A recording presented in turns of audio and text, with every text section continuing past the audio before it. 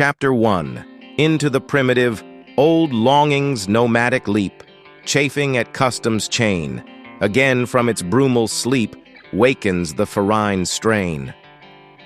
Buck did not read the newspapers, or he would have known that trouble was brewing, not alone for himself, but for every tidewater dog, strong of muscle and with warm, long hair, from Puget Sound to San Diego.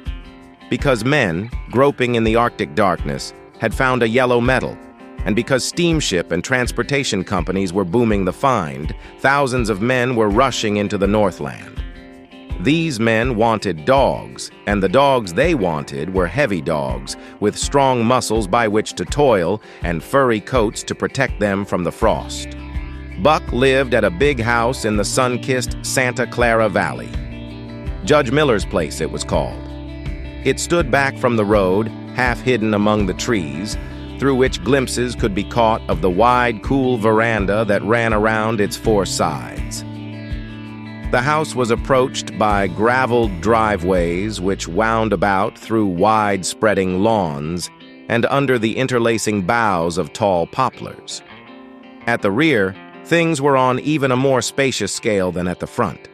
There were great stables where a dozen grooms and boys held forth, rows of vine-clad servants' cottages, an endless and orderly array of outhouses, long grape arbors, green pastures, orchards, and berry patches.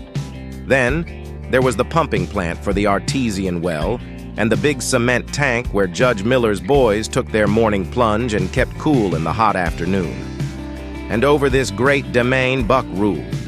Here he was born, and here he had lived the 4 years of his life.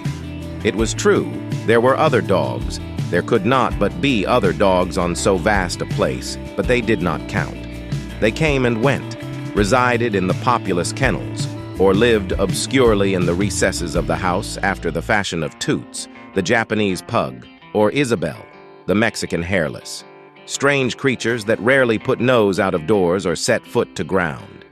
On the other hand, there were the fox terriers, a score of them at least, who yelped fearful promises at Toots and Isabel, looking out of the windows at them and protected by a legion of housemaids armed with brooms and mops. But Buck was neither house dog nor kennel dog. The whole realm was his. He plunged into the swimming tank or went hunting with the judge's sons. He escorted Molly and Alice, the judge's daughters, on long twilight or early morning rambles. On wintry nights, he lay at the judge's feet before the roaring library fire. He carried the judge's grandsons on his back or rolled them in the grass and guarded their footsteps through wild adventures down to the fountain in the stable yard and even beyond where the paddocks were and the berry patches. Among the terriers, he stalked imperiously, and Toots and Isabel he utterly ignored, for he was king over all creeping, crawling, flying things of Judge Miller's place, humans included.